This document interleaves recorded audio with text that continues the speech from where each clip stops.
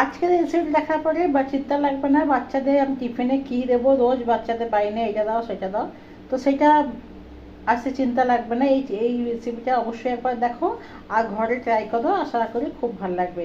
আর রেসিপিটা দেখার জন্য অনুরোধ রইল। নমস্কার বন্ধুরা, শিলা ফ্রি কুকিং ক্লাসে সবাইকে অনেক অনেক স্বাগত। আজকে আমি রুটি যদি খেতে ইচ্ছা না হয় তবে আমি এই এরকম একটা রেসিপি বানাচ্ছি, একটু নতুন ধরনের বানাচ্ছি, খেতে খুবই সুস্বাদু আর বানানো তেমনি সহজ। তো তার জন্য আমি এখানে ময়দা নিয়েছি, তোমরা ময়দার জায়গায় আটাও ব্যবহার করতে পারো। আর এখানে আমি পরিমাণ মতো নুন দিয়ে দিয়েছি। এবার দিলাম অল্প একটু সামান্য চিনি। এবার দেব সাদা তেল, 1 চামচ আমি সাদা তেল দিয়েছি। এবার সমস্ত কিছুকে ভালো মতন ময়ন মাখিয়ে নিয়ে অল্প অল্প জল দিয়ে, যেমন একটা রুটি আমরা মাখি ওরকম একটা ডো বানিয়ে নেব।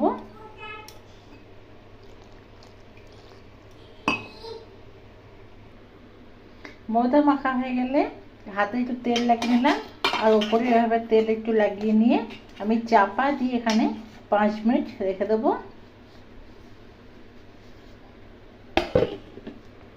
আটা রেস্ট করতে করতে এখানে আমি কড়াইতে দিয়ে দিলাম 3 চামচ মতন তেল। তেল এখানে গরম হলে আমি দিয়ে দেবো এখানে জিরে,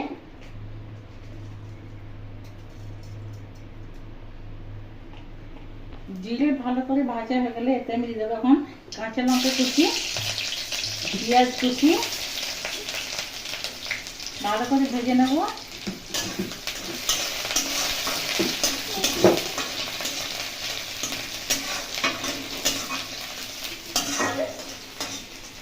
পেঁয়াজটা ভালো করে ভাজা গেলে এতে আমি আদা রসুন ছেঁচো করে রেখেছিলাম সেটা দিয়ে দিলাম। আমি আদা এখন একটু ছেঁচো করে দিয়েছি, বাটিনি। এরপর স্বাদ অনুযায়ী নুন, লঙ্কার গুঁড়ো, জিরে গুঁড়ো আর চটপটি মশলা, আমচুর পাউডার দিয়ে দিলাম।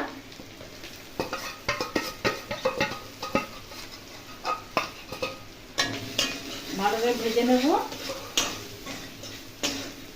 মশলাটা ভালো করে ভাজা হয়ে গেলে তেল ছেড়ে যাওয়ার পরে এখানে সেদ্ধ করা আলু রেখেছিলাম, সেদ্ধ করা আলু দিয়ে দেবো।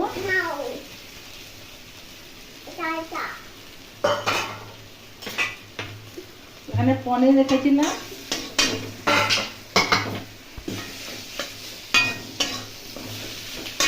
এখানে একটু পনির গ্রেট করে রেখেছিলাম সে দিয়ে দিলাম।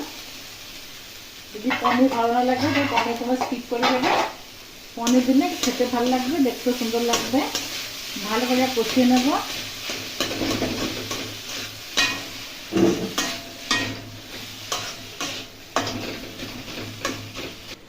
তৈরি হয়ে গেলে এখানে আমাদের পুরটা। এরপর যে আটাটা মেখেছিলাম সেই আমি ময়দা মেখেছি, তোমরা চাইলে আটা রাখতে পারো।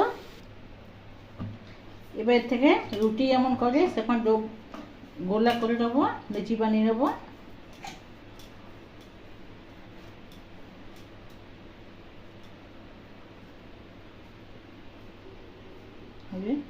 রুটির মতন লুচি বানিয়ে নিচ্ছি। এরপরে রুটির মতন গোল গোল করে বেলে নেব।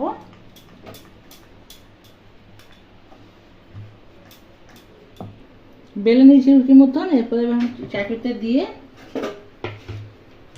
সামান্য সেঁকে নেব। এইভাবে একটু সেঁকে নিলাম।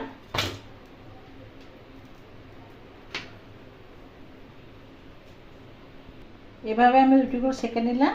এরপর একটা রুটি নিলাম, তার মধ্যে যে মশলাটা করেছিলাম সেই মশলা দেব।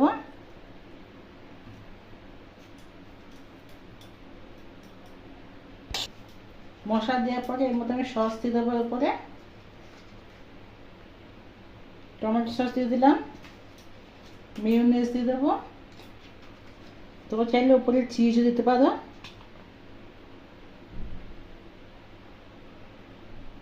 এরপর এটা মুড়ে নেব।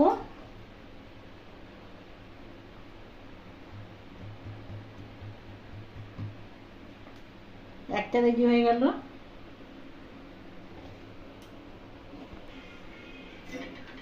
আমি এখানে সব গড়ে নিয়েছি। এরপর চাটুতে আমি সামান্য তেল দিয়ে দিচ্ছি। এরপর এই যে গড়ে রেখেছি এটাকে আমি দিয়ে ভালো করে উল্টি পাল্টি সেঁকে নেবো।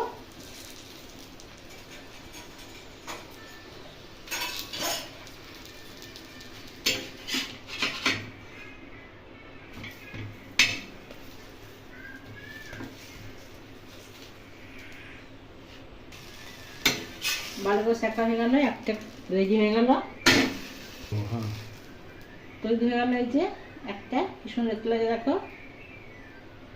বাচ্চাদের টিফিন বা বড়দের জলখাবারে এটা দুর্দান্ত লাগবে। রেসিপিটা একবার অবশ্যই বানান। সবগুলো আমি এভাবে তৈরি করে নিয়েছি। এটা বাচ্চাদের টিফিন আর বড়দের যে কোনো জলখাবার খেতে সবাই খুব পছন্দ করবে। দাও কি সুন্দর লাগছে।